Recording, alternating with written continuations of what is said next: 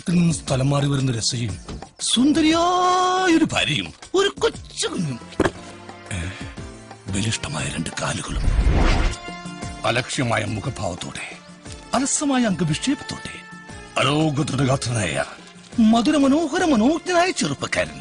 അദ്ദേഹമാണ് നേരത്തെ കണ്ട അബലിഷ്ടമായ കാലുകളുടെ പ്രൊപ്പറേറ്റർ. ഉണ്ണീശയുടെ മുഖമുള്ള എന്റെ ചെകുത്താൻ ആരാണ്? പിള്ളേരുടെ അടുത്താണ് ഇത് കൊണ്ടുവച്ചിരിക്കുന്നത്.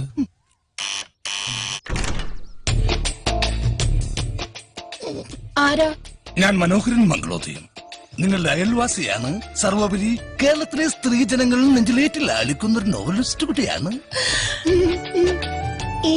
മനസ്സിലൊരു കുളിർമഴ. അതെ, എന്റെ തൂലികയിൽ നിന്ന് നടന്നു വീണ മറ്റൊരു മുത്തുമണിയാണ്. സുഗുണേട്ടാ. നോ, മനോഹരേട്ടൻ.